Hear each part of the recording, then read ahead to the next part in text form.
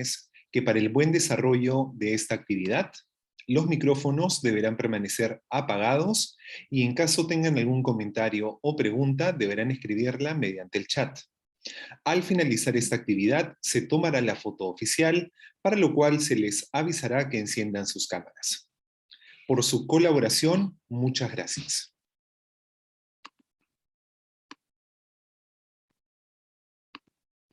Bienvenidos a la teleconferencia de reforzamiento de la fase de casos clínicos del curso virtual Bases Conceptuales para la Prevención de Discapacidad Infantil, dirigido a los médicos de las regiones de Ancash, Ayacucho, Cajamarca, Cusco, Junín y Piura.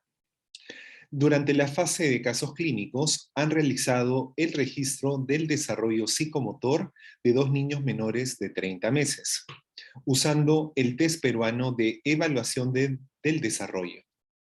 He interpretado el resultado obtenido. Ambas historias están basadas en casos reales. El objetivo de esta práctica es verificar el aprendizaje de la fase de módulos. Durante la presente teleconferencia se resolverá uno de los casos clínicos y se absolverán las dudas y consultas que se compartan.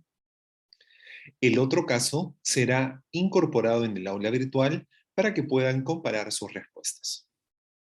A continuación, escucharemos la presentación del doctor Carlos Béjar, jefe del Departamento de Investigación, Docencia y Rehabilitación Integral en Deficiencias Intelectuales y Adaptación Social. Doctor Béjar, lo escuchamos. Buenas noches, ¿cómo están? Estamos acá otra vez para tratar de ayudarlos, para tratar de comentar el caso clínico.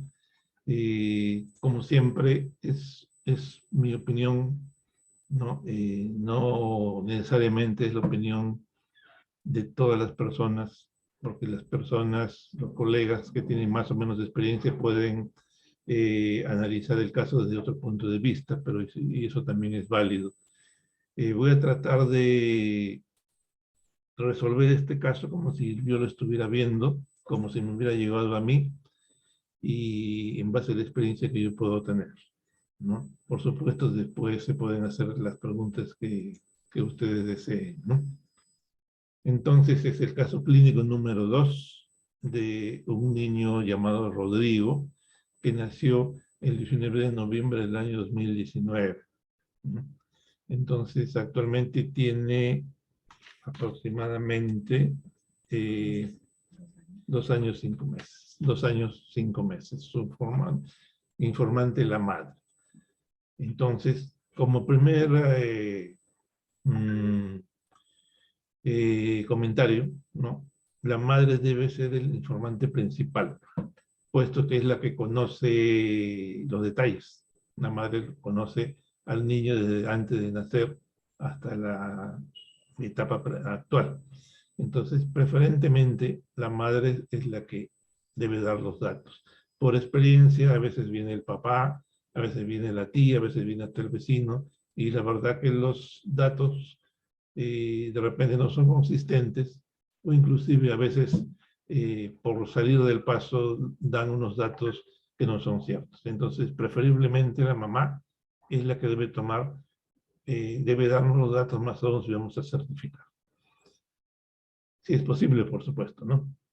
El motivo de consulta es un control.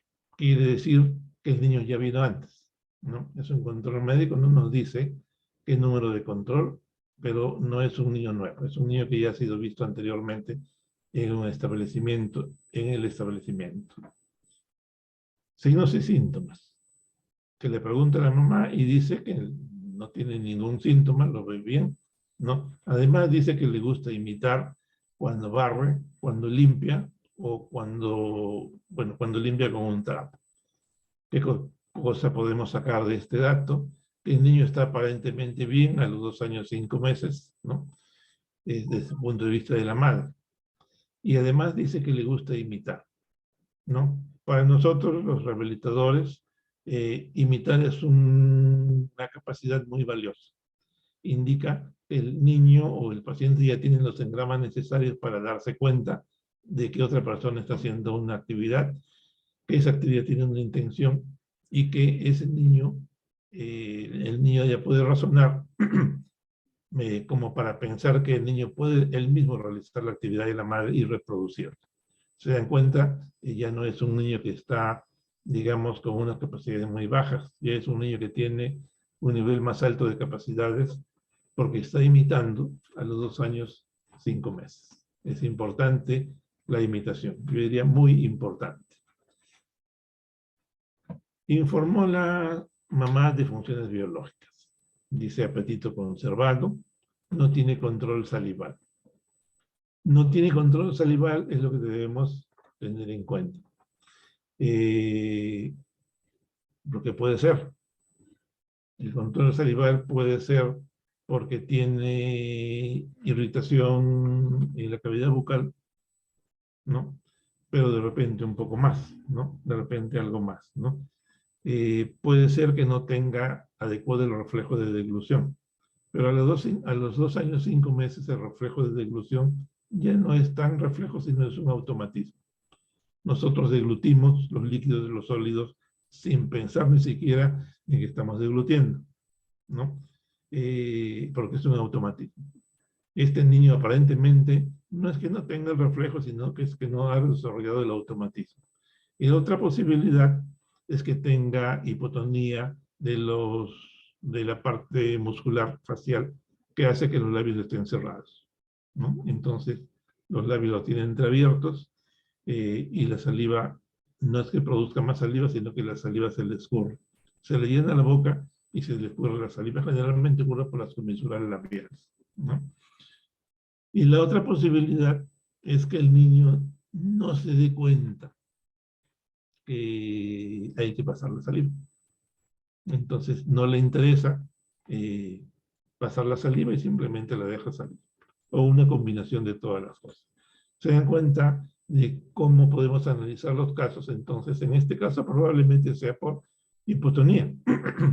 No creo que sea por otras cosas porque el niño se está dando cuenta de la realidad, ¿no? Dejémoslo ahí, posiblemente por hipotonía. Sed conservada, bebe del vaso con asa. Supongamos que es un vaso con un asa, no es un tomatodo que tiene 2 asas, ¿no? Es capaz de beber, se le ofrece el vaso, el niño se da cuenta que tiene líquido adentro, ¿no? Lo agarra, ¿no? Es suficientemente hábil para agarrar el vaso, llevárselo a la boca y tomar y absorber en el líquido que está en el vaso, ¿no? Es una capacidad motora bastante elaborada también. Y este niño aparentemente lo está haciendo bien, porque eso es lo que hacen los niños a los 2 años, 5 meses, ¿no? Más temprano, más o menos al año y medio, puede usar el tomatodo porque lo agarra con las 2 manos. En cambio acá ya está agarrando el vaso con una sola mano, porque dice el vaso con asa, no dice el vaso con 2 asas, ¿cierto? Orina. El niño menciona en pañal, no avisa sus necesidades. Tiene 2 años, 5 meses. Tampoco le vamos a pedir cosas grandes en cuanto al control de la micción o la defecación, ¿no? Dice, orina en pañal, no avisa sus necesidades. Esto está encadenado con lo que viene después, ¿no? Avisar sus necesidades, ¿no? Avisar, según nuestro concepto y según el test peruano, es hasta decir, necesito que me cambies el pañal, o me hice el 1, el 2, o simplemente incomodarse porque el pañal está sucio. En algunos casos, por no decir, en la mayoría de los casos con retardo moderado a severo, no se dan cuenta de que el pañal está sucio, ¿no? Entonces, simplemente no le hacen caso y siguen su vida normal con el pañal sucio. Este niño dice que no avisa sus necesidades, pero podemos interpretarlo como que no pide, ¿no? Tiene 2 años y medio, no va necesariamente a pedir, ¿no? Pero sí puede, estamos hipotetizando que se incomoda tal vez con tener el pañal sucio. Ya. El hito dice, avisa a sus necesidades, pedir de alguna manera, no necesariamente por su nombre.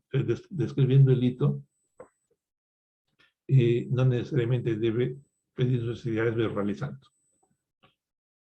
Y se encadena con el siguiente dato, que es la deposición.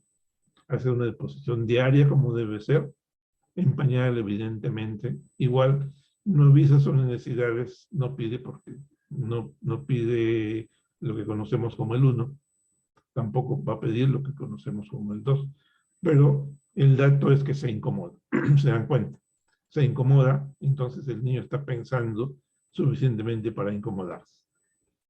Un dato que de repente dice que está pensando bastante bien y no se trata de un retardo mental, por decir, pensar en este momento moderado o severo. Sueño.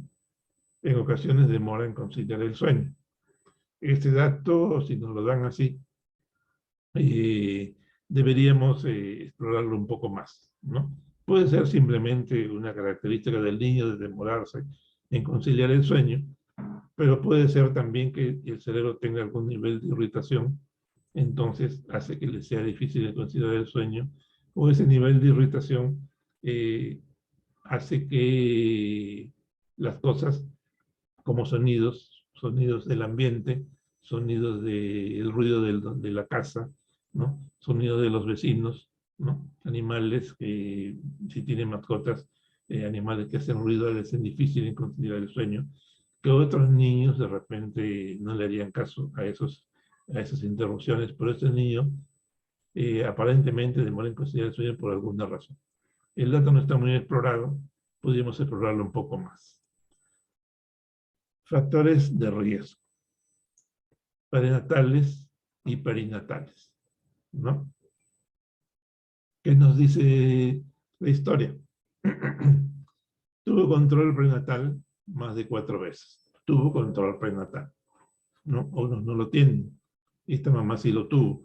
No dice cuándo fueron las 4 veces.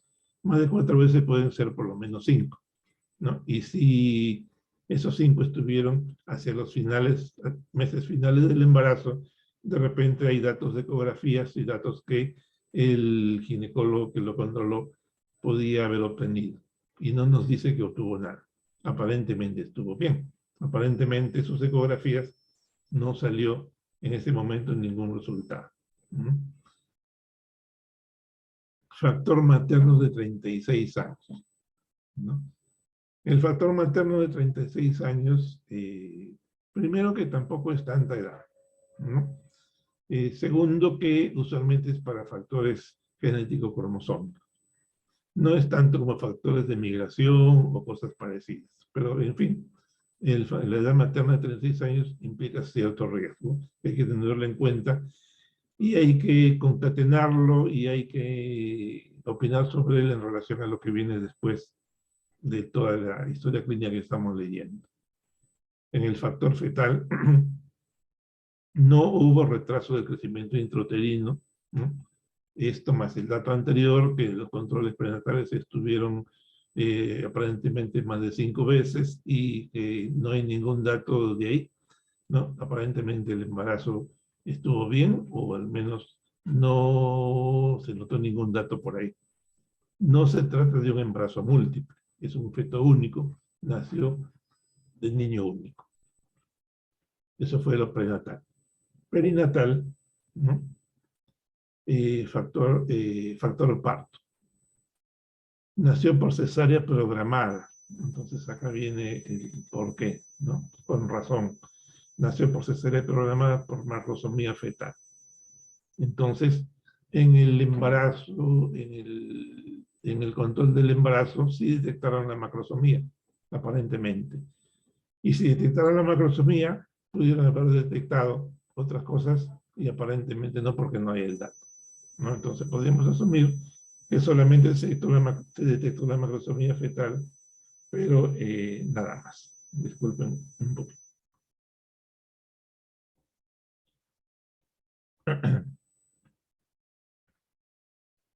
Y además fue una cesárea programada. No fue una cesárea apurada ni de urgencia. Fue programada y aparentemente debemos asumir que no pasó nada por ahí, ¿no? Tuvo su cesárea y todo salió bien. El niño pesó 4.850 gramos, bastante grande, ¿no? Pero lloró llanto inmediato. Ojo, no todos los niños lloran, como de repente han podido ver en el transcurso de la carrera, ¿no? Del estudio de la carrera, no todos los niños lloran, algunos nacen y están ahí mirando el ambiente, moviéndose, con los ojos abiertos, moviéndose. El llanto no es necesariamente un indicador, pero bueno, lo tomamos en cuenta. Como la mamá fue cesareada, entonces fue anestesiada, no da más datos, ¿no? Pero siempre hay pues el dato que da el médico el otro día, ¿no? Cómo estuvo su barba, comentarios, en fin, y aparentemente no hubo nada por ahí. Tanto no hubo nada que se dio de alta en conjunta con la madre poco después de nacer al tercer día. Información que da la madre de la secuencia del desarrollo psicomotor. Situación ambiental inicial, dice, cosa que se ve muy frecuentemente, que los padres no juegan con Rodrigo. No dice que lo desatienden, no dice que lo abandonan, no dice que no están con él. Simplemente dice que no juegan, ¿no? Muchos padres entienden o piensan que como el niño no responde al juego, entonces ¿para qué vamos a jugar con él? Como el niño no habla, ¿para qué vamos a hablar con él? A veces es un pensamiento bastante difundido. O los padres nunca aprendieron a jugar, entonces como no saben jugar, tampoco juegan con el niño, ¿no? Son ideas, son posibilidades. Pero en este caso, el dato es que los padres no juegan con el chiquito. Así y todo, el control de cabeza fue a los 3 meses. ¿No? Usualmente es a los 2. El dato acá es a los 3. Una demora, bueno, relativa, que a veces se ve, pero ya nos podría estar haciendo, como decimos, parar la oreja en este caso. Gateó a los 8 meses. No está mal, gateó, ¿no? Es una actividad compleja que la hizo a los 8 meses casi en el tiempo que usualmente se hace. No todos los niños gatean. No, a los niños, muchos niños no les gusta el decúbito, entonces el decúbito prono, entonces no les gusta gatear, y muchos se pasan de frente a pararse o a caminar. No sería raro. Hay que hacer que los niños gateen, eso sí. Bipedestación al año. Se entiende bipedestación a los 12 meses, ¿no? Usualmente debe ser un poco antes, a los 9, 10 meses. Lo hizo al año, bueno, marcha al año y medio de edad. Marcha al año y medio es 2 años y 6 meses, ¿no? Sabemos que la marcha es en promedio al año 2 meses con una tolerancia hasta el año 4 meses. Entonces, una demora, hasta 2 demoras, porque demoró en bipedestar y demoró en caminar, ¿no? No hay el dato que no fue estimulado en la parte motora, ¿no? Primeras palabras a los 24 meses, ¿no? Y ese es el dato bastante consistente, si es que es cierto, si es que se le preguntó bien a la mamá.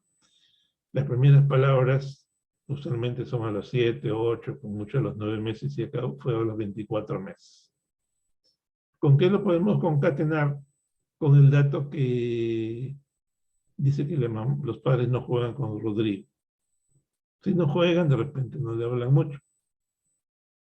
Puede ser, ¿no? En todo caso es cosa de explorar el dato. No controla esfínteres. Pero ¿quién controla esfínteres? A los 2 años, 5 meses. ¿No? Controlar esfínteres es ya, para mí, no usar el pañal. Algunos lo hacen, ¿no? Pero no debemos ser tan exigentes con este niño chico. En cuanto al juego, juega con otros niños, ¿no? Es importante, acepta el juego, de repente comparte sus juguetes, ¿no? No espera su turno.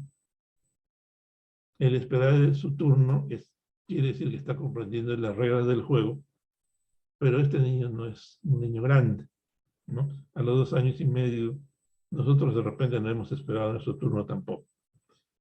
No entiende las reglas del juego, ¿no? De repente, si es un juego muy simple, ¿no?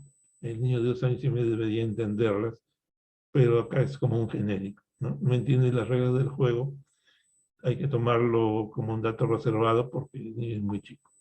Sí, comparte sus juguetes. Es importante compartir porque es un nivel de socialización. Socialización adecuada porque juega, no espera su turno, bueno, se tolera, no entiende las reglas del juego, bueno, se tolera, comparte sus juguetes, se toma con un acto social. No está mal. Su conducta es tranquilo, ¿no? Y ¿con qué lo podemos concatenar? Con la irritabilidad cerebral posible al conciliar el sueño, pero en su conducta el niño es tranquilo. O sea, si es tranquilo, es sociable. A mí me diría que está actuando como cualquier otro niño común. Es cariñoso. Para ser cariñoso, el niño debe haber dado afecto, recibido afecto para poder él también darlo a otras personas, ¿no? No juegan con el niño, los padres no juegan con el niño, ¿no? Tal vez el niño recibió cariño de los padres, porque no dice que no le lo dieron. Tal vez el niño recibió cariño de otros familiares que le enseñaron esa afectividad que el niño puede dar a otra persona. No hace berrinches, ¿no? Algunos niños con conductas, cuando son muy tolerados, no toleran la frustración, ¿no? Y hacen lo que denominamos pataletas cuando no salen con la suya. Cuando no se salen con la suya y piensan que todo el mundo está para servirlos a ellos y para darles todo lo que quieren, pero este niño no lo hace, ¿no? Pero podemos pensar en lo contrario, que no se da cuenta de las cosas, y entonces como no se da cuenta ni siquiera berrinches hace. Pero no es el caso, este niño sí se da cuenta, ¿no? Si se da cuenta, no hace berrinches, es tranquilo, es cariñoso, está bien. Obedece a la mamá, evidentemente, cosas simples, ¿no? Entonces, aparentemente, no está mal. Hasta ahora. Vacunas completas, no hay problema por ahí. Antecedentes patológicos. A los 15 días de edad tuvo una convulsión sin fiebre. Convulsión sin fiebre. Si tuviese sido una convulsión con fiebre, bueno, la podríamos haber tomado como un dato. De todas maneras, para considerarlo, pero acá fue sin fiebre. Si el dato es cierto, habríamos que ponernos a buscar o a pensar por qué o guardar el dato apuntado para las siguientes evaluaciones. Entonces, después, la mamá dijo que en neurología le habían diagnosticado de epilepsia. Más aún, cuando hay una convulsión, el dato de la convulsión y encima la mamá nos dice que ha sido diagnosticado por el neurólogo de epilepsia a los 24 meses, entonces ya es un dato bastante consistente, porque el neurólogo lo escribió, lo apuntó y quedó en la historia. La madre refiere que no le dieron medicación, ¿no? Eso ya es decisión del especialista que lo trata, ¿no? De repente no le dio medicación, pero lo siguió observando, pues, ¿no? De repente coincidió que, que el niño tenía una consulta con el neurólogo poco después de esta evaluación que estamos leyendo, ¿no? Y de repente en esa evaluación sí le dio medicación, es posible. Pero el dato es consistente, ya lo vi el neurólogo, ya la diagnosticó de epilepsia, ya tuvo una convulsión sin fiebre y ya, ahí queda por ahora, a los 24 meses. Antecedentes familiares. Es importante porque la familia es el apoyo, ¿no? En estos casos de discapacidad hay que desarrollar una red de apoyos, ¿no? Para poder manejar la discapacidad y no dejar a los padres solamente ellos que se encarguen del asunto. Entonces se analizó a la familia, se preguntó, al menos inicialmente, es una familia no nuclear, ¿no? Al menos está definido así.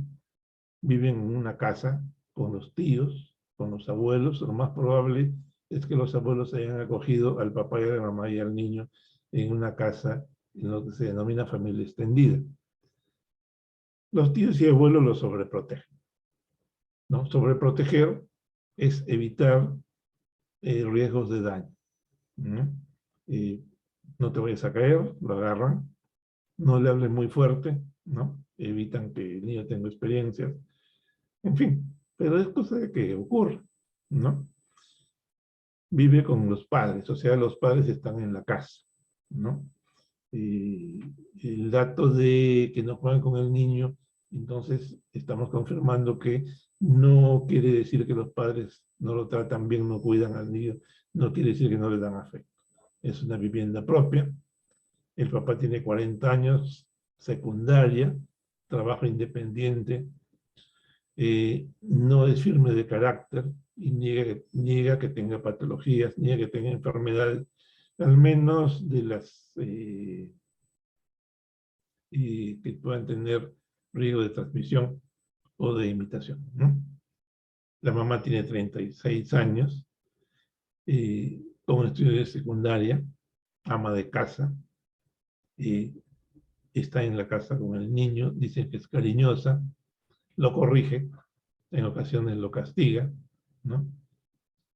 En ocasiones lo castiga, no dice que lo tratan mal, no dice que lo paran castigando seguido, en ocasiones lo castiga, y no dice el tipo de castigo. Un tipo de castigo puede ser simplemente que no le habla, ¿no? Entonces ese dato no lo tomemos tampoco a la tremenda. Niega patologías en la mamá. Hay dos hermanos presentes de 12 y 10 años aparentemente sanos. Entonces este niño de 2 años y medio tiene hermanos a quien imitar, ¿no? Aunque son un poquito grandes. Si tuviese hermanos de 7, 8 años, de 6 años, o de 5, se hubiese sido mejor. Pero estos hermanos tienen 12 y 10 años y son sanos. Se tomó una resonancia magnética del cerebro porque hay que hacerlo, ¿no? Además de las otras pruebas que se hacen cerebrales cuando hay convulsiones, ¿no? Un electroencefalograma, acá además se le tomó una resonancia magnética cuando se pudo hacer, ¿no? En octubre de 2020.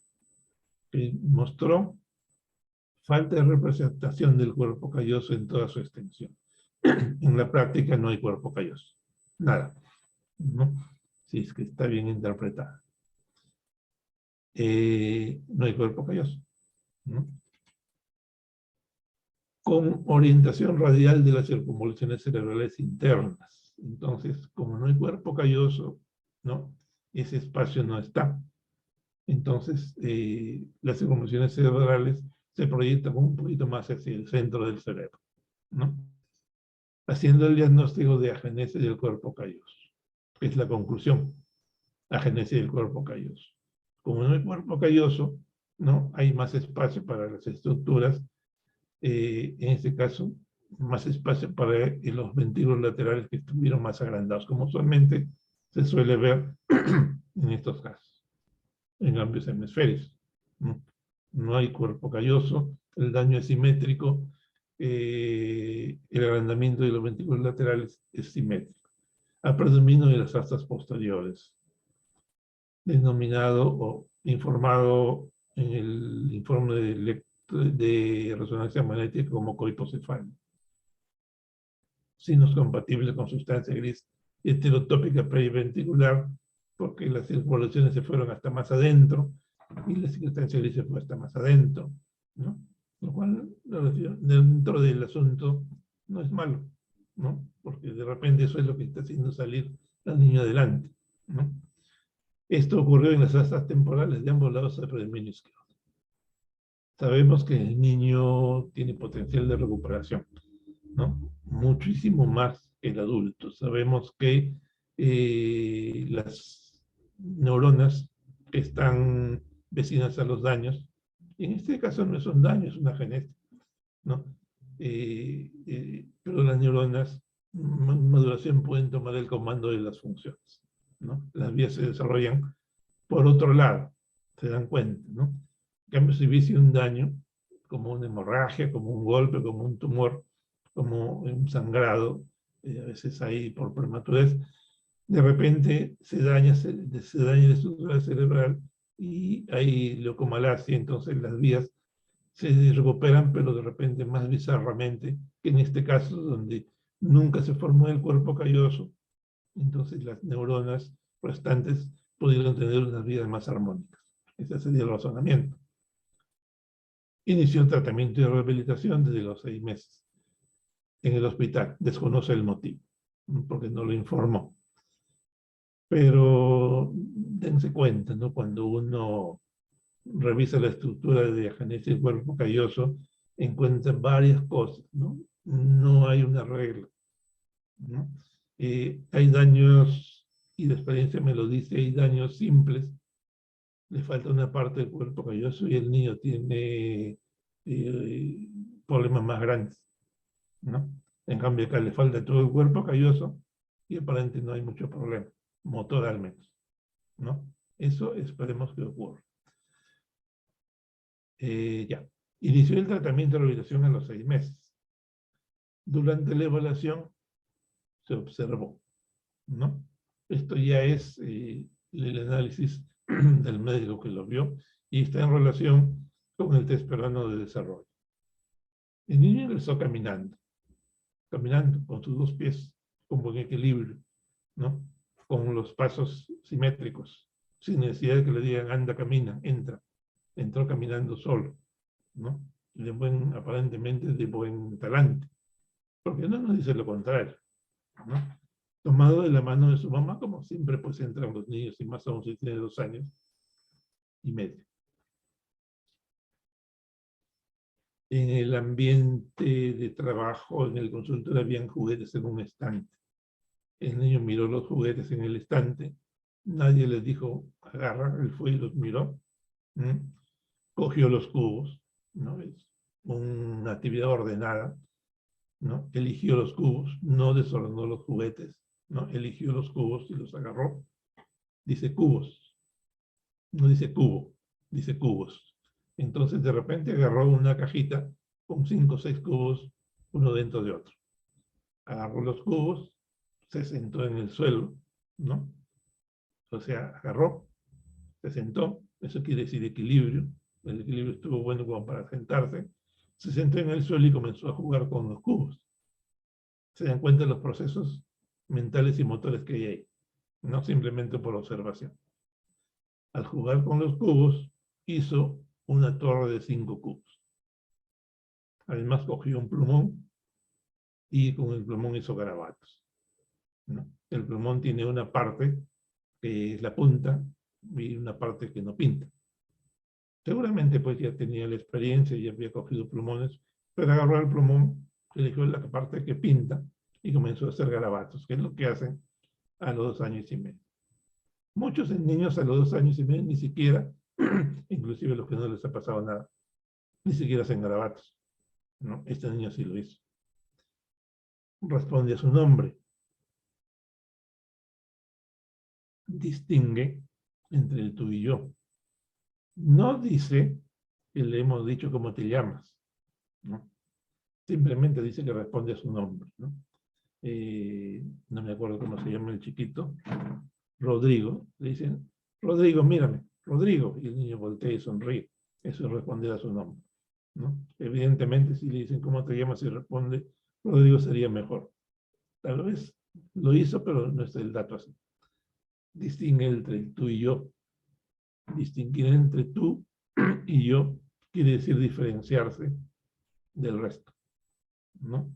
Al comienzo de la vida, el niño cree que todo es para él, entonces tú es todo para él, porque sí somos, ¿no? Entonces, poco a poco, la experiencia de la vida Y su capacidad intelectual hace que deba distinguir entre el tú y el yo y diferenciarse de otras personas que son diferentes al yo.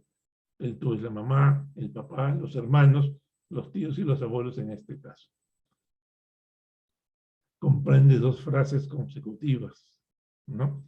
De repente acá no era frases, ¿no? De repente era dos indicaciones simples, ¿no? Párate y ven, ¿no? Agarra el cubo y me lo das, ¿no? Cosas así sencillas, pero lo comprendió y lo obedeció, hizo caso, ¿no? Estirando mucho el dato a lo positivo, este niño estuviera obedeciendo órdenes semicomplejas o indicaciones semicomplejas, pero yo no creo a los 2 años y medio. De repente es algo más simple que eso.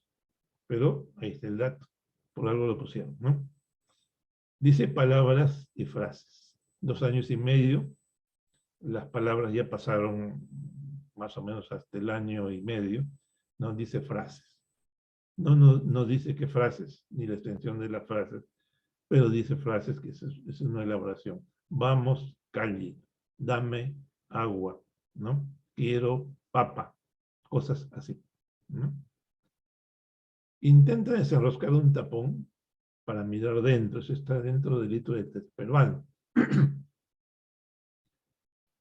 Si el envase es transparente, el niño ve lo que está dentro, de repente un juguetito. Entonces el niño intentó desenroscar el tapón para mirar dentro, ¿no? No dice intentó sacarlo a la fuerza, dice intentó desenroscar, o sea, intentó darle la vuelta, ¿no?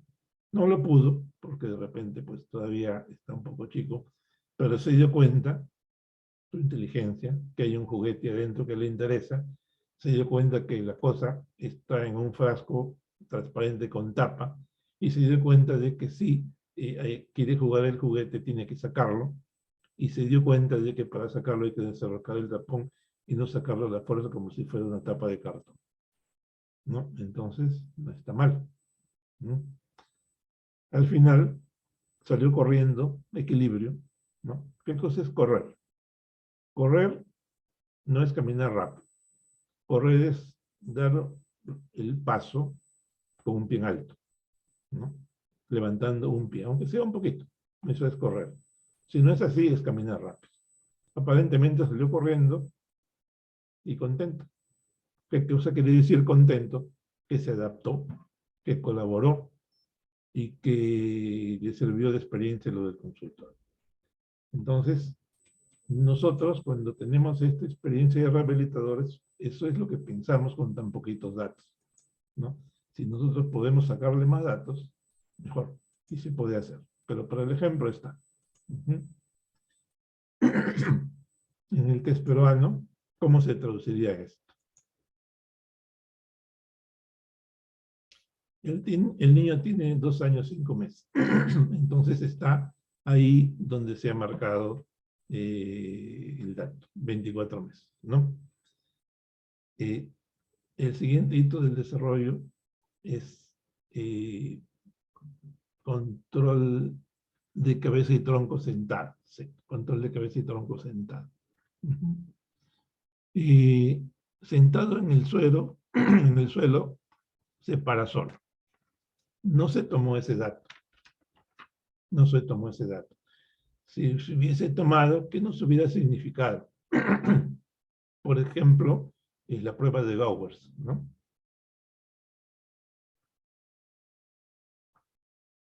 El test de Gowers se usa para enfermedades neuromusculares. Entonces, si hubiese una enfermedad neuromuscular a los 2 años y medio, el niño de repente hubiera sido capaz de pararse con dificultad, empujándose con las manos de las piernas, subiendo poco a poco, ¿no? Hasta llegar a la cintura, como decir, trepando por su propio cuerpo. Entonces, si hubiese sido así, y saquen siempre esta prueba, porque no siempre, pero de vez en cuando, hace que encontremos un caso de enfermedad neuromuscular, cualquiera que sea, ¿no? Hagan la prueba. En este caso no le hicieron, Por eso se puso a los 15 meses, simplemente porque no se tomó el dato. Pero lo más probable es que ese niño salió corriendo, agarró los cubos, se sentó, se paró, ¿no? En fin, posiblemente esta prueba hubiese sido positiva si es que se hubiera tomado. Mejor dicho, hubiese sido negativo. Gowers positivo es cuando sí el niño tiene problemas. Gowers negativo es cuando lo hizo bien, se paró de un salto, como hacen la mayoría, sin agarrarse de las cosas, por supuesto.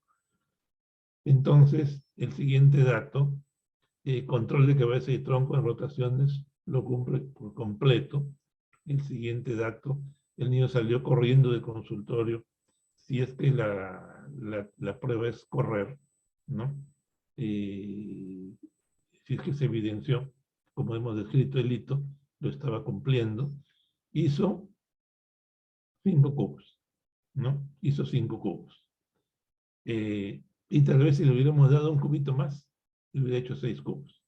Por eso entonces, yo en mi experiencia personal le pongo donde está el círculo en el logro real y con guiones en el logro potencial. Si es que pienso que sí lo puedo hacer, ¿no? Evidentemente viendo el contexto. Visión, no hay ningún dato de que no ve o que ve mal, ni siquiera de baja visión. Tiene la visión binocular adecuada, entonces está bien. Audición, no hay ningún dato, nos responde todo. No hay ningún dato ni siquiera en los antecedentes ni en el examen, entonces asumimos que escucha bien. Lenguaje comprensivo, comprende 2 frases consecutivas, 2 indicaciones consecutivas, porque eso fue lo que se obtuvo, ¿no? El siguiente dato, ¿cuál es? El siguiente hito, perdón, déjenme que lo vean acá. Comprende 3 frases sencillas consecutivas. Siéntate, quítate los zapatos y dámelos. No se hizo la prueba, ¿no? Entonces, o no hay el dato.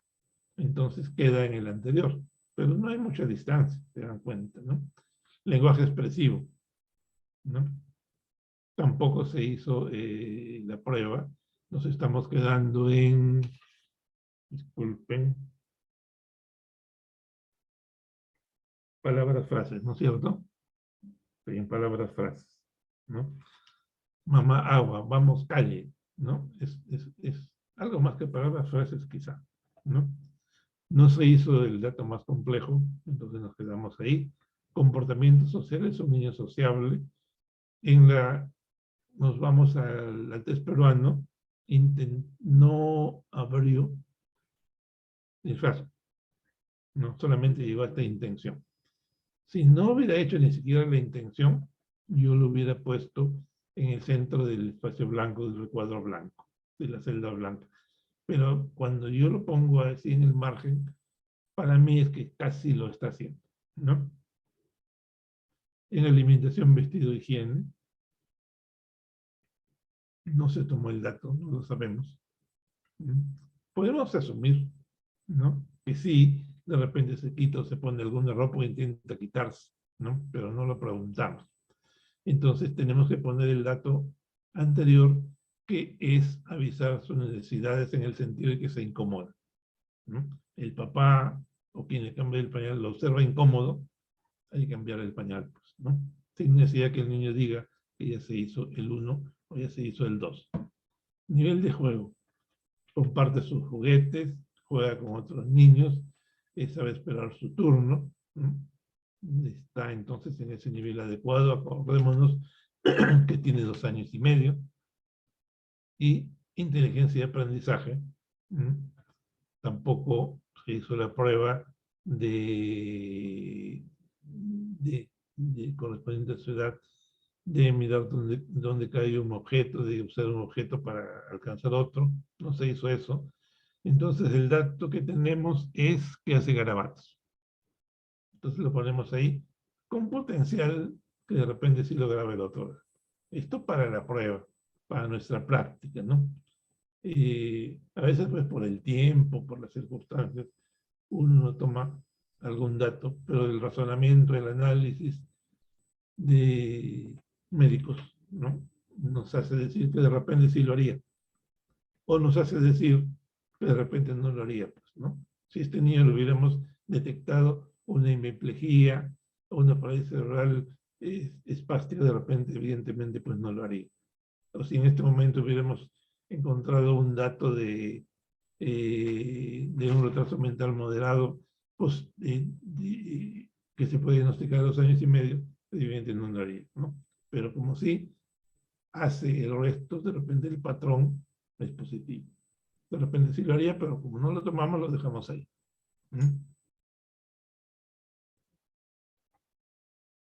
Ahí terminamos con esta parte.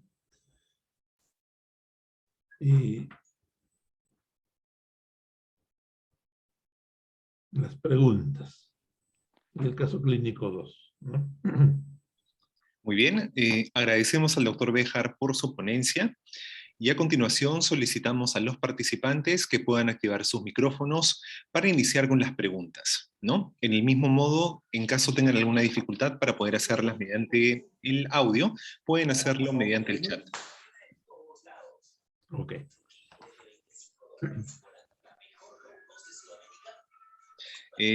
Doctor, tenemos una pregunta en el chat de parte de la doctora Medina. Ella menciona por qué no se marca el hito de control de cabeza y tronco sentado de acuerdo y se lo marca antes.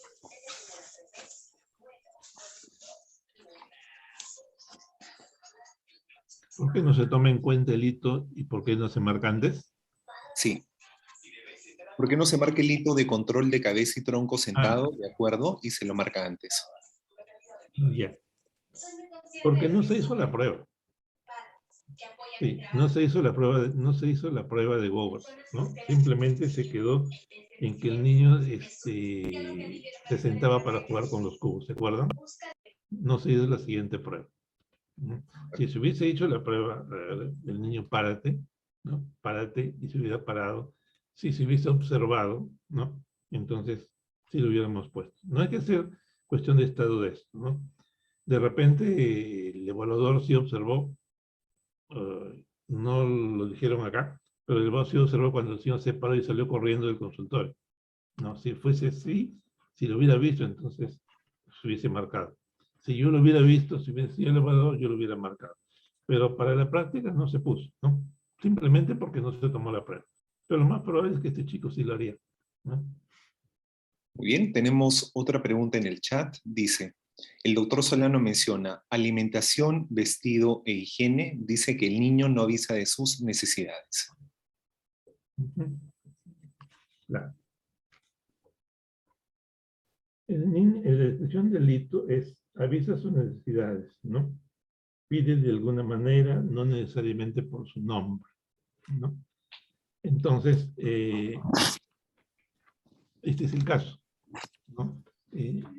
Como el niño no pidió, no dijo, mamá, quiero el 1, mamá, quiero el 2, pero de repente sí se incomodó, o se observó, y los padres observaron que estaba incómodo con el pañal sucio y se lo cambiaron por eso. El niño estaba haciendo notar en algún momento que sí había hecho sus deposiciones. Es una forma indirecta de avisar sus necesidades. Por eso se puso en el hito correspondiente, ¿no? Perfecto. Eso está en el test perral. Excelente. Muy bien. No sé si es que alguno de los participantes tendrá alguna otra pregunta. Los micrófonos están abiertos. Acá tenemos una pregunta más en el chat de parte del doctor Menéndez. Menciona, en el hito comportamiento social, imita tareas simples en la casa. ¿Cómo me gusta imitarme cuando barro o limpio con un trapo? No entendí. ¿Podría, doctor, repetir Sí, la dice, en el pregunta? hito comportamiento social, Ya. imita tareas simples en la casa. Y dice, ¿no? Como me gusta imitarme cuando barro o limpio con un trapo. Ya. Dice que, según lo que él menciona, estaría en los 18 meses. Ya. El hito 118 imita tareas simples de la casa, ¿no? Si imita, está bien, ¿no? Sí, podría ser, se le puede poner, ¿no?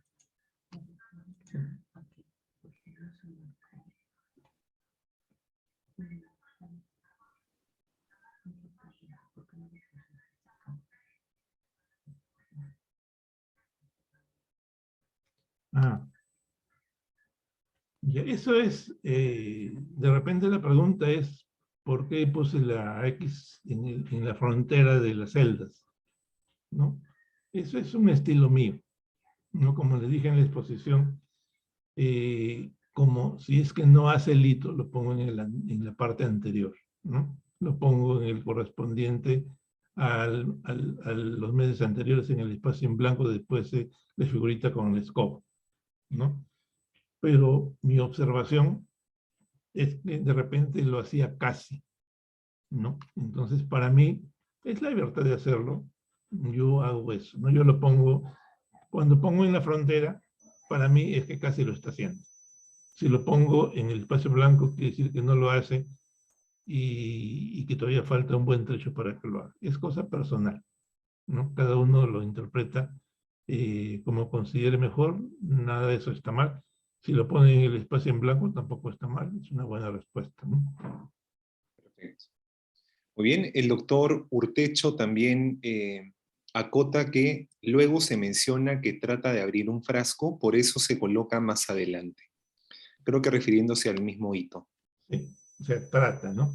Exacto. Pero el hito es que ya lo abrió, ¿no? Como este niño trata, yo lo pongo en el margen. Está en proceso de ejecución. En otro caso hubiera sido, ni siquiera trata. O sea, lo intenta sacarlo a la fuerza sin darle la vuelta, ¿no? Entonces es un proceso mental previo, porque el niño todavía no entiende que hay que darle la vuelta a la tapa rosca para sacarlo, ¿no? Lo está queriendo abrir de repente como si fuera una tapa de una caja, ¿no? Muy bien, Si fuese así, no ha elaborado todavía, no ha entendido que esa tapa se saca dando vueltas, ¿no? Es cosa de apreciación. excelente. Uh -huh. Muy bien, entonces no sé si es que algún otro participante tendrá alguna pregunta, micrófonos están abiertos o mediante el chat.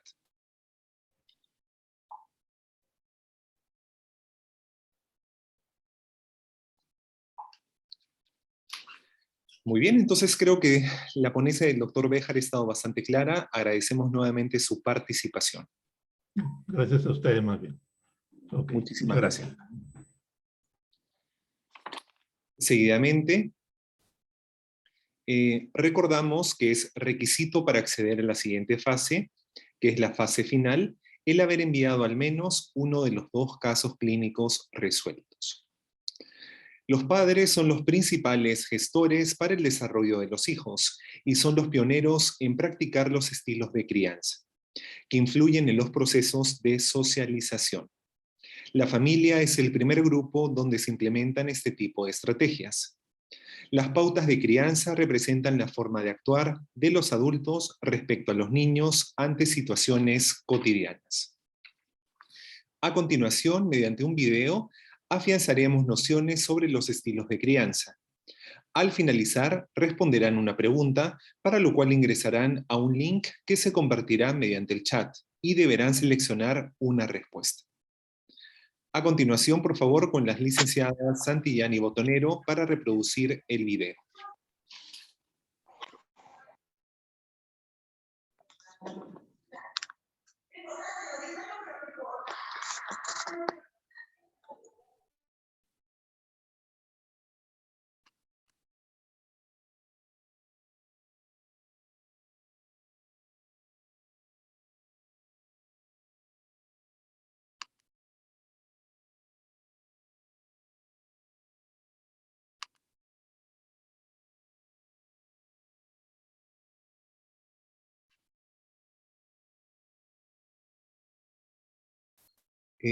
Licenciada Santillana, se está viendo el video, pero no se escucha el audio. Por favor, si podemos solucionar el tema del audio.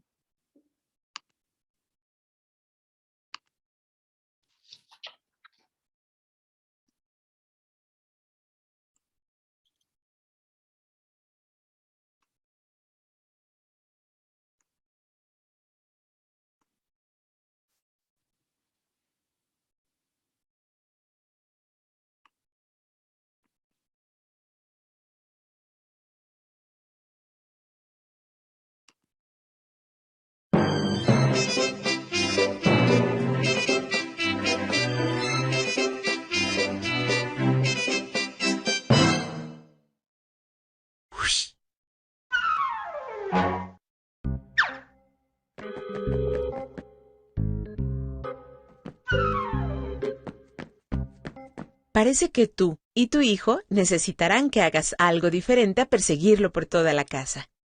Hablemos de tu estilo de crianza.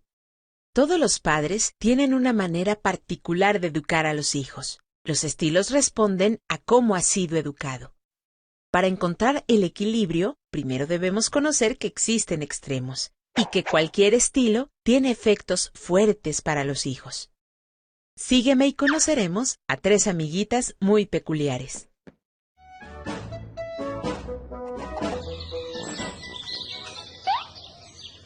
Ella es Cleo.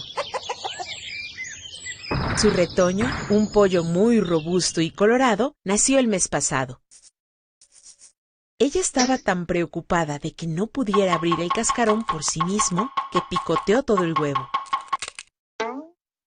Toribio, su retoñito, ahora está más grande que su mamá, y Cleo aún le busca las lombrices para que coma, y hasta lo mete bajo sus plumas para que no pase frío. ¿Crees que Toribio quiera dejar de ser pollito? ¿Que será un gallo sano, independiente, fuerte y seguro? Aunque sea mayor, si mamá hace todo por él, quizá veamos a Cleo en un futuro cercano levantándose al amanecer en lugar de su hijo, para un kikiriki que más bien saldrá como cacareo de gallina exhausta. A esto llamamos el estilo permisivo de crianza. Usualmente la situación o los hijos parecen controlar y dominar a estos padres, pues hacen todo por ellos o les dan la libertad sin límites apropiados, fomentando muchas conductas y emociones descontroladas y lastimeras para sí mismos, la familia y la sociedad. Ahora conozcamos a Elvira. Es la gallina más grande y dominante de la granja. Ya ha tenido varios pollitos y tiene una política muy estricta para la crianza. Ella está segura de que funciona.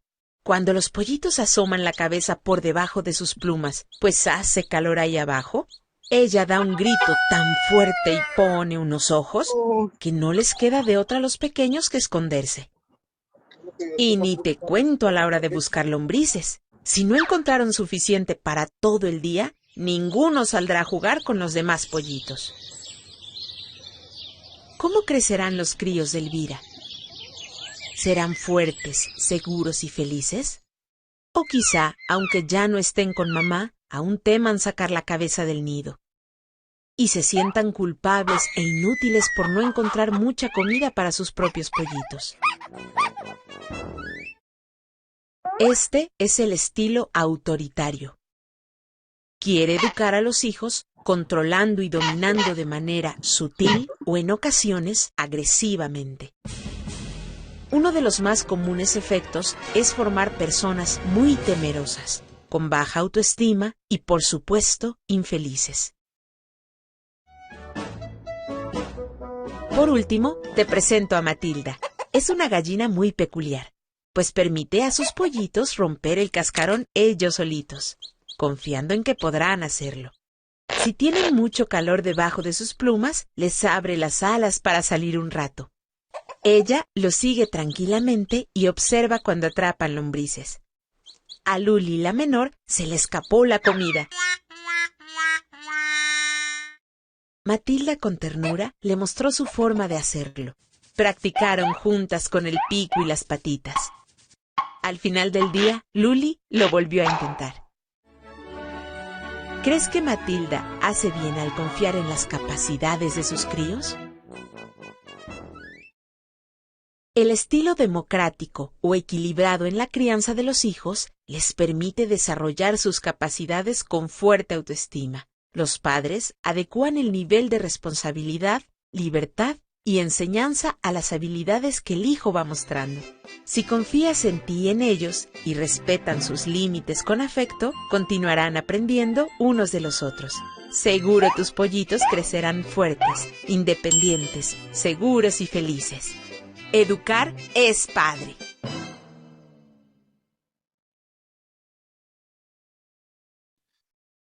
Muy bien, ahora que hemos finalizado de visualizar el video, voy a dar pase al equipo TICS para las indicaciones de la dinámica.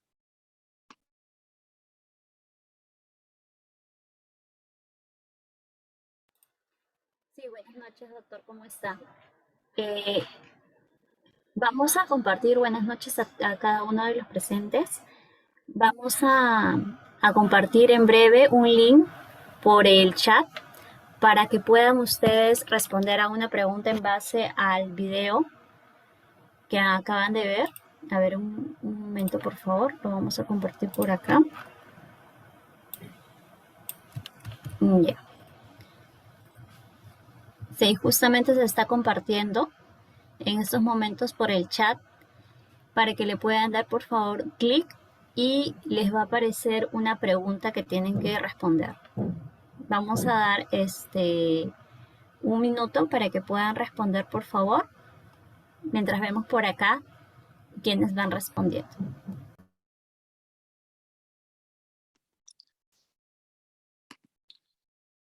Sí, doctores, mediante el chat del Zoom se ha compartido con ustedes un link para que ustedes puedan darle clic, ¿no? Le dan clic, los van a direccionar a una página y deben responder solamente una pregunta, para lo cual vamos a darles un minuto.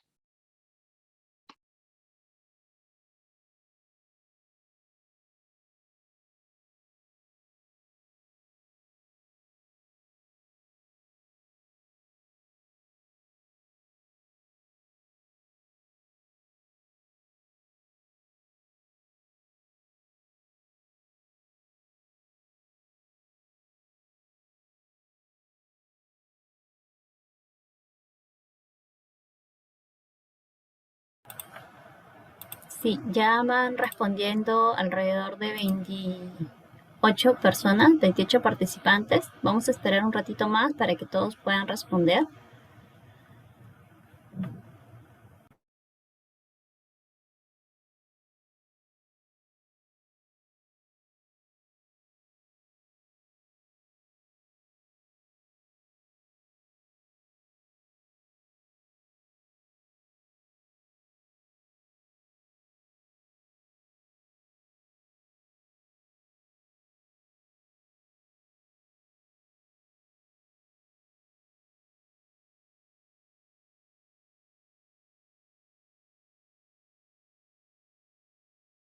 Sí, creo que ya podemos compartir.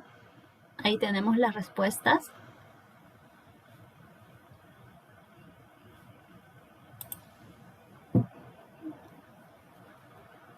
Así es, sí, ya han respondido la mayoría. Y bueno, la pregunta era, ¿qué estilo de crianza podrían recomendar a los padres o cuidadores de ahora en adelante, ¿no? En respecto al video que acaban de ver. Y bueno, la mayoría ha contestado el democrático. Y por ahí una de las personas ha contestado el autoritario, pero estamos, seguramente por ahí ha habido un, un error o quizá también ha sido decisión, ¿no? Entonces, continuamos, doctor César. Sí, perfecto, muchísimas gracias. A continuación vamos a concluir con la idea principal y para lo cual vamos a invitar a la doctora Gladys Alarcón, quien es médico rehabilitador del Instituto Nacional de Rehabilitación, doctora Adriana Rebasa Flores, Amistad Perú-Japón. Doctora Gladys, la escuchamos.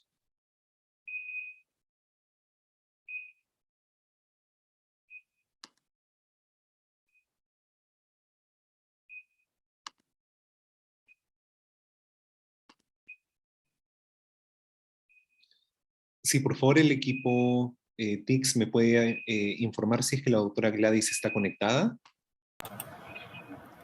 Sí, sí, doctor.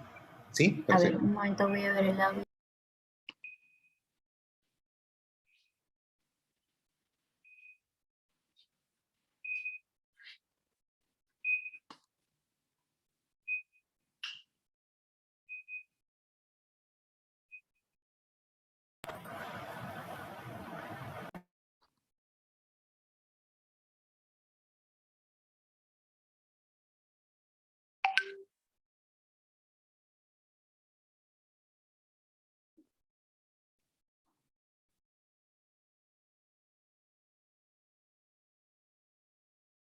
Sí, me parece que tenemos una dificultad con la conexión de internet de la doctora Alarcón. No sé si en este caso de repente la doctora Cabezas o el doctor Béjar quieran comentar algo respecto al video que hemos visto hace poco?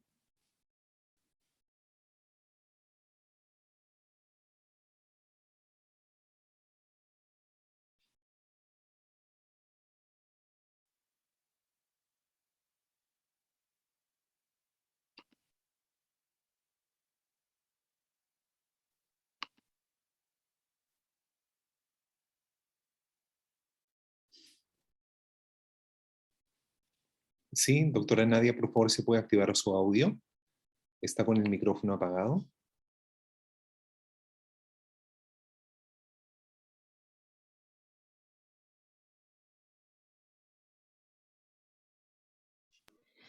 Sí, doctor. Está intentando ingresar. Salió accidentalmente del Zoom. Sí, me parece que ya se acaba de conectar la doctora Alarcón. A ver. Sí, ahora sí. Muy bien, entonces presento nuevamente a la doctora Gladys Alarcón, quien es médico rehabilitador del Instituto Nacional de Rehabilitación, con las conclusiones finales. Doctora Alarcón, ¿nos escucha? Sí, bien, gracias, doctor Palomino. Sí, bueno, estuvimos en la resolución del caso del doctor Béjar y también viendo un poco de cómo se ha ido desarrollando el curso. Solo recordar algo, ¿no? Considerar siempre que en el desarrollo se cumplen algunas reglas, y esas reglas usualmente estamos explicándolos y viendo en toda esta parte del desarrollo, ¿no? El desarrollo es siempre céfalo-caudal, próximo-distal, radio vital, etcétera, ¿no? Entonces, siempre cuando evaluemos a los pacientes hay que siempre evaluar la secuencia. Ahí en la evaluación que mencionaba el doctor Béjar decía, faltaba algunas cosas. Perfeccionar siempre en la evaluación porque en ese contexto, cada vez que ustedes evalúen a un niño, cada vez que ustedes desarrollen alguna encuesta, alguna entrevista a los padres, van a ir evaluando, van a ir preguntando los datos cada vez más detalladamente, ¿no? Entonces siempre es importante que consideren eso en la parte del desarrollo.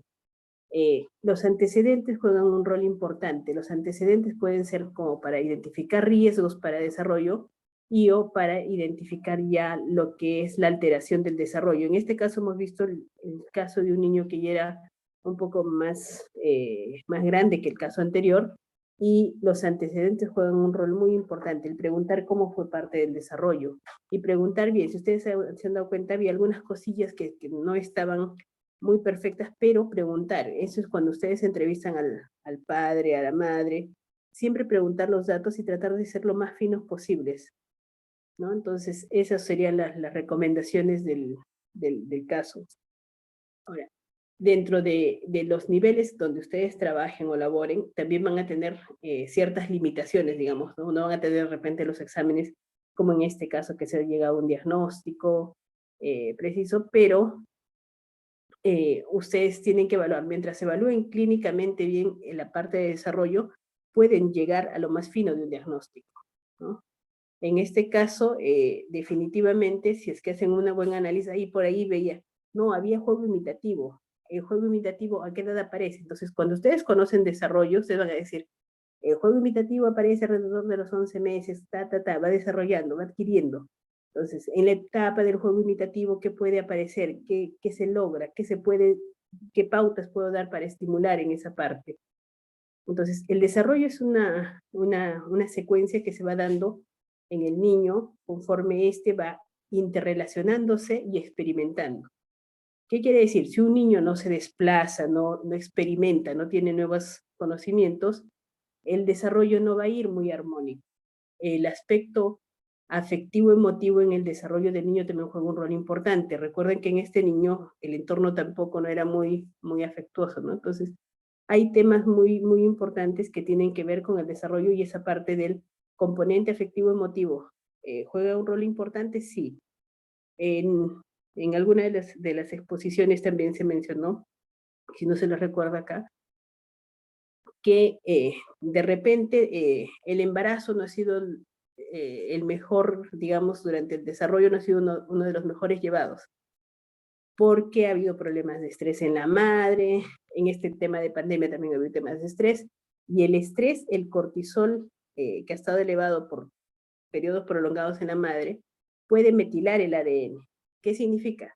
que va a hacer que se inhiban alguna expresión de género, ¿no? Pero eso va a pasar en el intraútero. Cuando nace el niño, tenemos la oportunidad, a través de ese afecto, del apego que se hace de la lactancia materna, mejorar estos componentes afectivos emotivos.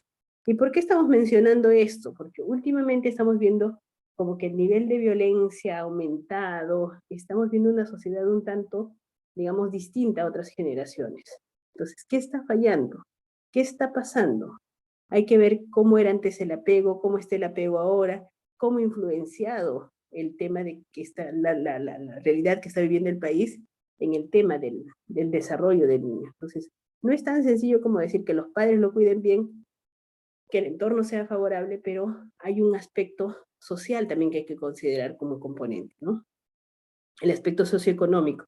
¿Por qué los padres no son los cuidadores principales?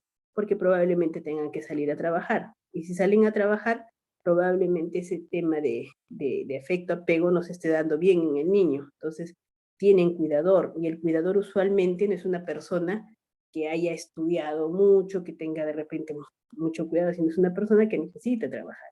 O a veces lo dejan de cuidador al abuelito, ¿no? Entonces, esa parte del desarrollo puede verse afectada por todos estos digamos, factores que no necesariamente son dependientes del individuo, sino también del entorno. El desarrollo depende de la estructura del cerebro, pero para que esos genes que están ahí se activen, la vez pasada les comentaba que hay un gen que va a desencadenar que se forme la migración neuronal, etc. Pero va a haber genes que también van a ir codificando y se van a ir activando, expresando conforme el entorno vaya desarrollando. Y esto se llama epigenética. Entonces, no perdamos la esperanza de decir, ya, el niño tuvo daño, ya no va a ir avanzando. Hay forma de mejorar eso.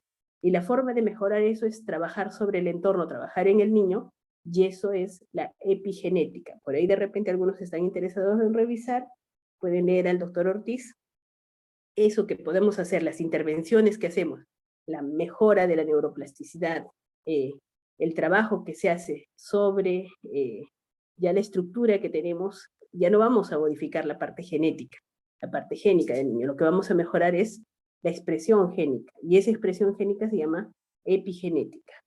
Entonces, hay muchas formas de mejorar ello, ¿no? Ahora, hablan mucho de algunos medicamentos que mejoran la epigenética, etcétera, que de repente no es el motivo de la reunión del día de hoy, pero en ese contexto, en eso de mejorar el desarrollo, tenemos que estar utilizando todas las armas que tenemos. Y las armas nos da el conocimiento que ustedes están adquiriendo. Mientras más sepan, más revisen, van a tener más armas para intervenir al niño en forma oportuna, diagnosticar oportunamente, intervención oportuna, y si es que no tiene daño, igual, la prevención. Lo más importante, tenemos que ver la prevención, ¿no? Y si ya encontramos el riesgo, identificar qué puede causar ese riesgo. Si ya tenemos el daño, la intervención oportuna. Eso es lo que quería reforzar en esta charla el día de hoy. Y bueno, si hay alguna pregunta, igual estamos prestos a responder, ¿no? Muy bien, agradecemos la participación de la doctora Alarcón y de la misma forma como ya ha mencionado, abrimos chats y también abrimos micrófonos en el caso tengan alguna pregunta, para lo cual daremos algunos segundos.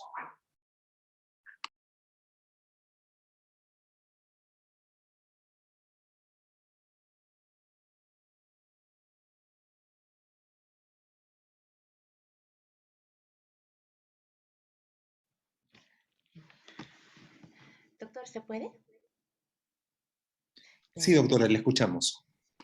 En relación al video, los tipos de estilos de crianza, sumiso, democrático, autoritario, reforzar que estos estilos se forman dentro del núcleo familiar. Por ello, la importancia de la familia, identificar al cuidador que va a estar cerca del niño, porque la forma en que estos adultos resuelven los problemas cotidianos va a ser el modelo que va a seguir el niño y que va a empezar a expresar a partir de los 30 meses, cuando empieza el juego con otros niños y luego en el nido o jardín, posteriormente en la escuela. Destacar también la importancia de los padres y de los apoyos para los padres,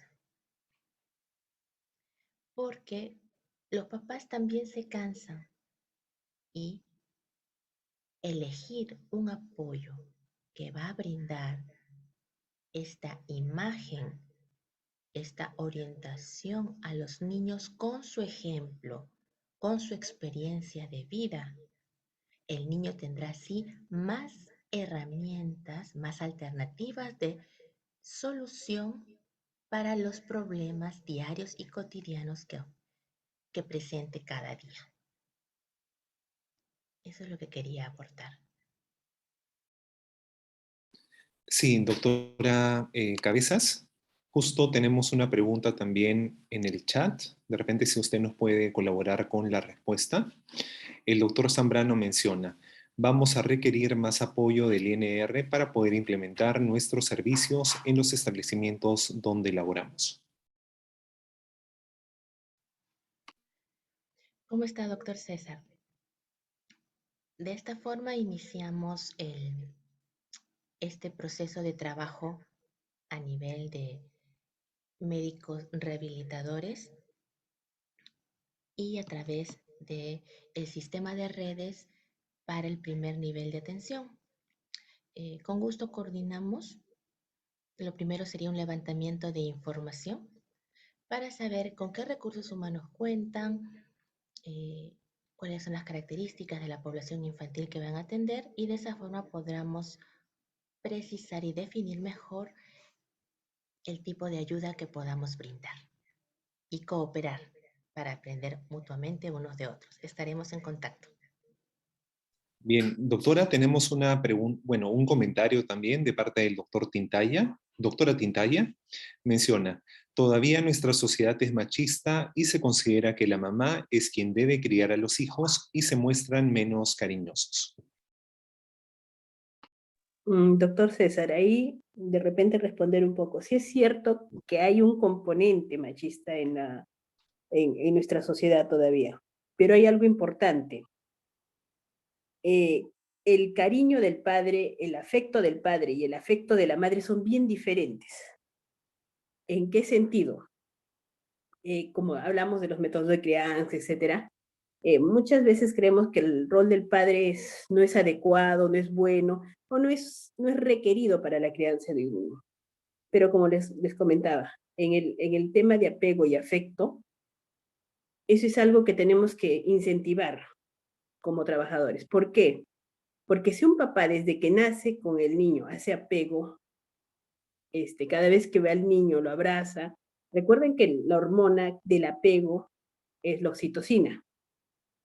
Si el papá abraza a su bebito cuando es bebito, va a empezar a tener conductas de apego, de afecto con el niño, este niño va a crecer más seguro. Y si es mujercita, por eso a veces decimos, ¿no? Las mujercitas aceptan, de repente vemos un tema de violencia, que se acepta, la aceptabilidad. ¿Y es por qué? Porque hay un tema que el papá juega un rol importante en la crianza de las hijas. Los refuerzos de cómo es un buen cariño, ¿no? Entonces, una niña que es criada en un ambiente donde hay un varón que respeta, etcétera, va a ser una mujer tan segura que cuando sienta que algo la agrede, va a sentir que eso no es correcto, no es adecuado, es negativo. Entonces, el papá tiene un rol muy importante en la crianza de los hijos.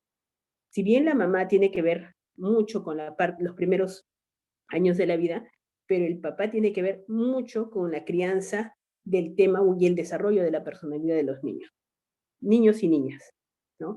Eso de que el hombre no llora, si se golpea no llora, ¿no? Entonces, estamos generando de repente a alguien que no manifieste o no muestre sus sentimientos. Y eso también las mujeres a veces lo hacemos, no solo es que el varón es una sociedad machista, las mujeres a veces incentivamos ese machismo, ¿no? Los hombrecitos son machos, no lloran. Y a veces se aguantan, se cohíben, y cuando vemos llorar un varón, nos parece extraño, raro, o lo vemos como que está venido a menos. Eso no es de repente lo más adecuado, pero en el rol de la crianza tiene que participar los dos padres. Cada uno muestra el afecto o interviene de forma diferente en el desarrollo del niño. Eso es algo que sí o sí se tiene que dar. Y el rol de, ustedes van a ver, hijas que son criadas por un papá que es cariñoso, que es afectuoso, difícilmente va a aceptar la violencia del género opuesto, ¿no? Y eso le va a dar la seguridad también. Muy bien, gracias doctora. Y también tenemos un comentario en el chat. Menciona, dice, el test peruano, de acuerdo a los casos y opiniones vertidas, tiene un factor subjetivo y va a depender del evaluador o entrevistador. ¿Cómo controlar este factor para una adecuada evaluación y diagnóstico y por ende intervención? No sé si de repente el doctor Béjar o la doctora Alarcón. Bien. Depende cómo se tome la idea que ha expuesto el doctor Solano. ¿Cuál es el objetivo del test? ¿No? Primero, antes de lo último que dije, quisiera comentarles una cosa, ¿no? Disculpe que estoy un poco mal de la garganta. Hace bastante tiempo, ¿no?, un residente del INR hizo un estudio, ¿no?, donde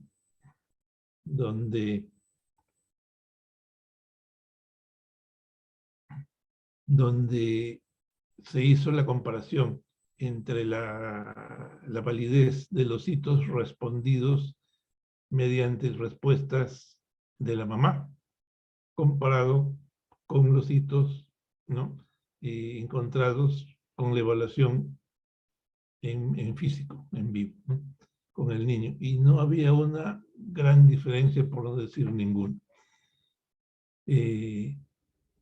Este test no busca exactitudes, ¿no? El test es para encontrar y derivar, ¿no? No nos olvidemos de eso. El test es para encontrar y derivar, ¿no?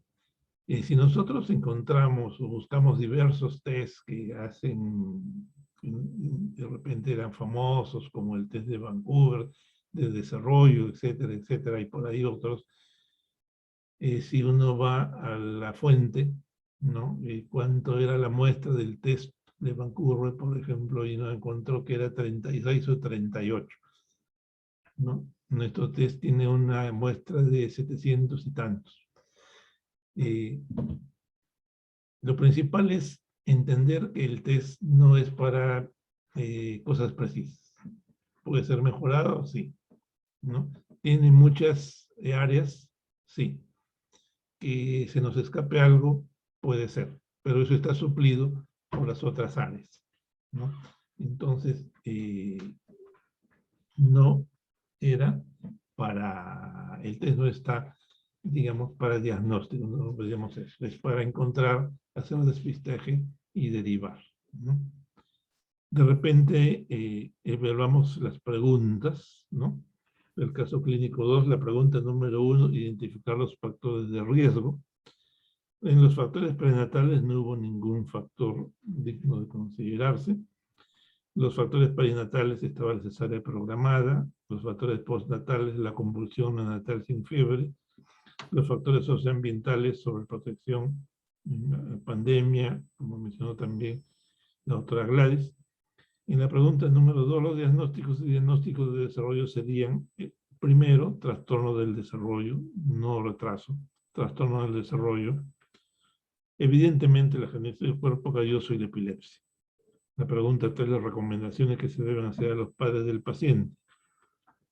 Por eso, para eso es el test, ¿no? El paciente debe ser referido al establecimiento de mayor nivel para inicio de evaluación por neurología pediátrica, oftalmología, rehabilitación y psicología, e inicio de su rehabilitación integral. Requiere el apoyo de sus padres, pues lo más probable es que tenga una discapacidad motora, sensorial e intelectual, por lo que será necesario que lo apoyen y lo acompañen para desenvolverse dentro de su familia y comunidad. Controles por rehabilitación, orientaciones a los padres, psicología y rehabilitación. ¿Y en qué derivó este casito? ¿No? Este niño tiene alrededor ahora de 11 o 12 años, ¿no? Acordémonos, parecía todo bien, ¿no? El dato era la convulsión, el síndrome convulsivo y agenesia del cuerpo calloso.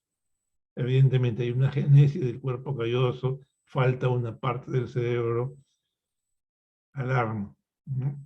Entonces, si esas cosas no salen ahora, van a salir después. Entonces, este niño se le derivó, se le siguió. Ahora está con diagnóstico de retardo mental moderado. Funcional en la parte motora, semifuncional en la parte del lenguaje y semifuncional en el nivel de pensamiento. Su pensamiento es concreto funcional, ¿no? Entonces, la lección, ¿no? El test sirvió sirvió para derivar al niño, ¿no? Y el niño entró en un campo de rehabilitación. Se le rehabilitó en la medida de lo posible con la familia y el niño ahora se ha logrado que sea funcional. Es bastante independiente de sus actividades, ¿no? Pero su nivel intelectual no está de acuerdo a su, ¿no? Ok, gracias. Muy bien, doctor, tenemos un comentario también en el chat del doctor Vázquez. Menciona, personalmente es con más práctica la evaluación del médico, la experticia, que nos llevará a evitar esta subjetividad. Menciona también que el Denver se hacía antes, pero TEPSI, TEA, el abreviado que usa enfermería, tiene muchos vacíos. Yo creo que sí, ¿no? Mi pensamiento es, ¿no? La ciencia o los descubrimientos no es para nosotros, es para exportarlos, es para que lo use la gente en beneficio de la comunidad, ¿no? El TEPSI también es así, ¿no? Y el TEPSI lo creó un grupo de personas con buena intención y lo están usando a su nivel y bien por ellos, ¿no? Y bien por lo que lo usaron, ¿no? No vamos a podernos ahora a decir cuál es mejor, ¿no? De repente uno sirve para una cosa, otro sirve para otra cosa mejor. Antes de la pandemia hubo una reunión en la UNICEF,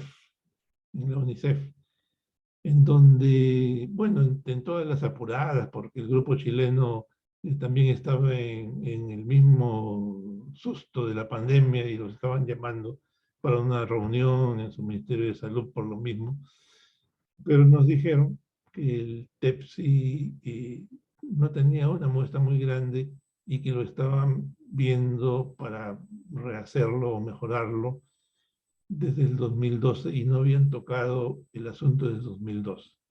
Es su realidad, no de los chilenos, es su realidad. No digo que está mal, está muy bien. ¿No? La ciencia sirve para exportar, para que todo el mundo lo use, ¿no? Y nuestro test es diferente, no lo vamos a comparar. Como dice el doctor, cuanto más experticia tengamos, esos factores subjetivos que van a ser imposibles de evaluar, ¿no? En nuestra consulta, que no podemos hacer mucho más, señora, que hace su niño. Ella dice, mi niño es capaz de subir 4 pisos y no se cansa. Bien, pues, le tomamos el dato. ¿Qué vamos a hacer? No lo comparamos con la realidad del examen físico, pero hay un nivel de subjetividad imposible de superar o revertir, ¿no? La evidencia, la experiencia nos dice cómo sería la realidad, ¿no? Al comienzo este test se hace en 20 minutos, ¿no? Yo lo hago en 3 minutos o 4, ¿no? No me preocupo en poner al comienzo las X, sino hago el examen del niño, ¿no? Termino de hacer lo que tengo que hacer en la historia clínica y después, de acuerdo a mi memoria y mi experiencia, voy marcando las X y la columna hacia abajo, de acuerdo a lo que vi que hacía y de acuerdo a lo que yo pienso que no hacía. Evidentemente, si tiene parálisis cerebral, va a tener dificultades pues, para subir las escaleras. Y si así no me hubiera dicho eso, yo lo supongo y lo pienso y lo pongo en la historia porque para mí es valioso. ¿no? Ese es el manejo que al final se hace, ¿no? Al comienzo uno se guía pues por lo que nos están diciendo los instructores. Pongamos las X en donde es y así, ¿no? Y la experiencia nos dice ya que podemos hacer acordes. Y uno de esos acordes es poner, como yo les dije, en mi experiencia, poner la X en el margen de la frontera del hito para que me diga que ya está casi por hacerlo, en lugar de ponerlo en el anterior que no lo hace. Hay variables, ¿no? La experiencia nos dice, no puedo decirle que está mal ni que está bien, pero la cosa es aprovechar, ¿no? Tener la experiencia y usarlo bien y apuntar lo que tenemos en la historia clínica para que quede una evidencia. Muy bien, entonces agradecemos la participación de todos los ponentes de esta noche. Finalmente procederemos con la toma de la foto oficial, para lo cual solicitamos que enciendan sus cámaras. Recordarles que nosotros hacemos notas informativas que saldrán publicadas en la página institucional del INR y también saldrán publicadas en las redes sociales. Entonces, vamos a dar algunos segundos para que los médicos puedan prender sus cámaras y tomar la foto oficial.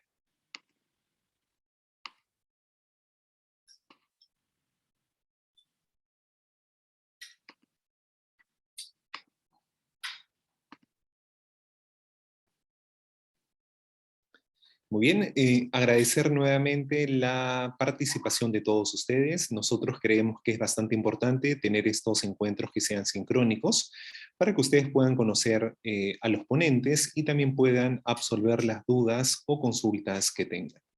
Muy bien, actualmente estamos conectados 50 personas. Entonces vamos a tomar diferentes fotografías porque como somos bastantes no salimos todos en una sola foto. Muy bien, la única indicación sería que a la voz de 3, todo el mundo mirando la cámara y sonreímos y vamos a hacer diferentes fotografías.